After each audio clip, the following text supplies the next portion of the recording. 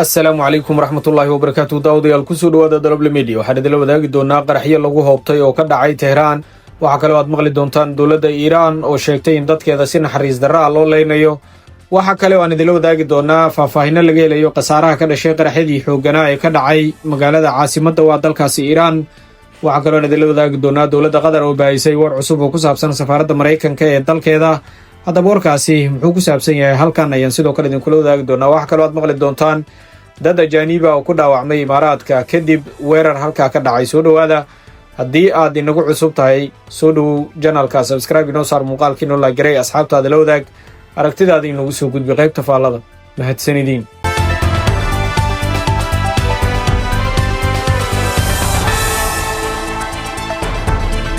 faahfaahinno dheeraad ah ayaa ka soo baxaya khasaaraha ka dhashay qaraxyo lagu hoobtay oo ka dhacay Tehraan iyadoo Iiraan ay argoosi samaynayso. wasiirka arrimaha dibadda ee Iiraan ayaa ku eedeeyay Mareykanka iyo Israa'iil inay si ula kaca u bartilmaameedsanayaan meelaha dadka rayidka ay ku nool yihiin. afhayeenka wasiirka Ismaaciil Baqay ayaa waxa uu ku yidhi qoraal uu ku soo daabacay bartiisa X in duqaymahaasi saameyn ku yeelanayaan suuqyada caalamka, kordhinayaan qiimaha tamarta, qalqalna gelinayaan lacagaha, islamarkaana ay daciifinayaan awoodda iibsiga ee dadka caadiga ah ee dunida oo dhan. wuxuu intaa ku daray, laakiin annaga oo ah Iiraan, khasaaraha waa mid aan la qiyaasi karin. dadkeennu si naxariis darro ah ayaa loo laayay iyadoo weerarada si ula kac ah loogu bartilmaameedsanayo goobaha dadka rayidka iyo goob kasta oo ay rumaysan yihiin inay keeni doonto xanuun iyo dhimasho badan. Donald Trump ayaa sheegay inuu doonayo inuu baabi'iyo awoodda gantaalada Iiraan iyo kartida ay u leeyihiin horumarinta hubka nukliyarka. qaraxyadan ka dhacay Iiraan ayaa sidoo kale lasoo sheegayaa in ay baabi'iyeen meelo badan. maalintii 6aad ee weerarada Mareykanka iyo Israa'iil ay ku socdaan Iiraan ayaa weli qaraxyo ba'an oo waaweyn waxay ka dhacayaan magaalada Tehraan ee caasimadda dalkaasi Iiraan.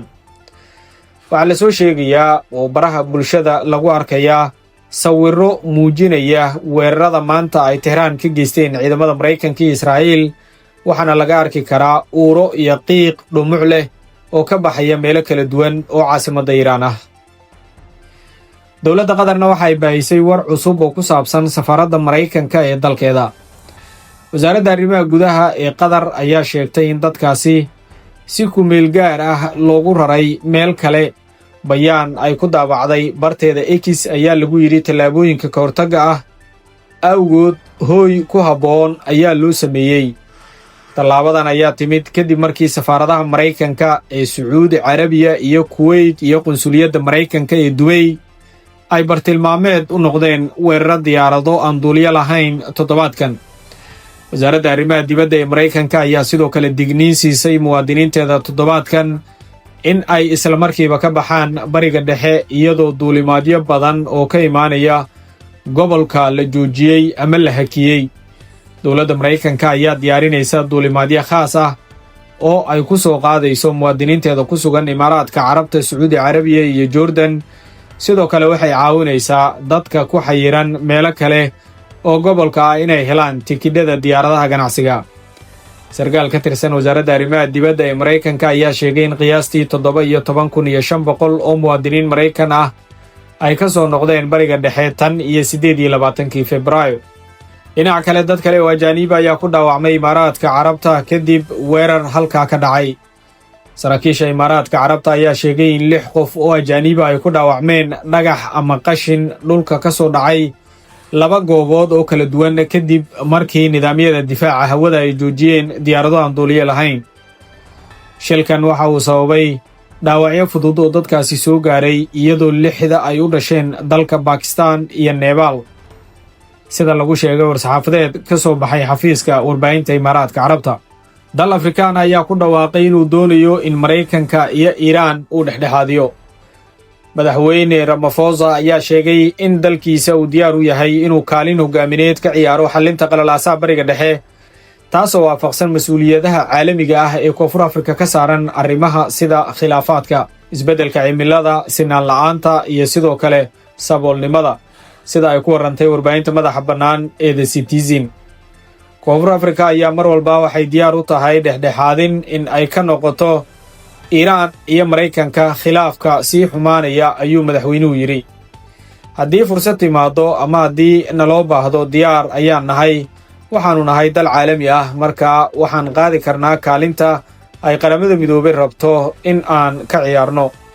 madaxweyne ramaphosa ayaa intaa ku daray, waxaan si cad u sheegnay inaan rabno joojinta dagaalka ka socda iiraan, israa'iil iyo maraykanka. waxaan rabnaa in waalidan la joojiyo, isagoo ku baaqay wadahadal una muujiyey inuu diyaar u yahay inuu la hadlo madaxweynaha maraykanka Donald Trump. iiraanna waxa ay weerartay markab maraykanku leeyahay. ciidanka ilaalada kacaanka islaamiga ah ee iiraan ayaa ku dhawaaqay bayaan ay ku sheegeen inay bartilmaameedsadeen markab maraykanku leeyahay oo kuwa saliidda ah. sida lagu sheegay bayaan ka soo baxay ciidanka badda ee IRGC, markabkaas ayaa maanta lagu bartilmaameedsaday waqooyiga gacanka Fariis, dab ayaana ka kacay. IRGC ayaa bayaan ku tiri, waxaan hore u sheegnay in iyadoo lagu salaynayo shuruucda iyo go'aannada caalamiga ah, xilliyada dagaalka xeerarka maraakiibta ee maraya gacanka Hormuz ay u adeegayaan Jamhuuriyadda Islaamiga ah ee Iiraan. qof kasta waa inuu u hoggaansamaa. dhacadan weli si madax bannaan looma xaqiijin, laakiin hay-adda ganacsiga badda ee Ingiriiska ayaa hore u sheegtay in markab saliid siday lagu weeraray xeebaha dalkaasi Kuwait. ururku wuxuu sheegay, kabtanka markab saliid siday ayaa sheegay inuu arkay qarax weyn dhinaca dekedda, kadibna arkay doon yar oo meesha ka baxaysa. ugu dambayntiina iiraan ayaa gantaalle cusub waxay ku weerartay Israa'iil. ciidanka difaaca Israa'iil ee IDF ayaa sheegtay maanta in nidaamyada difaaca ee dalkaasi ay shaqaynayaan kadib markii la ogaaday gantaalle cusub oo laga soo tuuray Iiraan.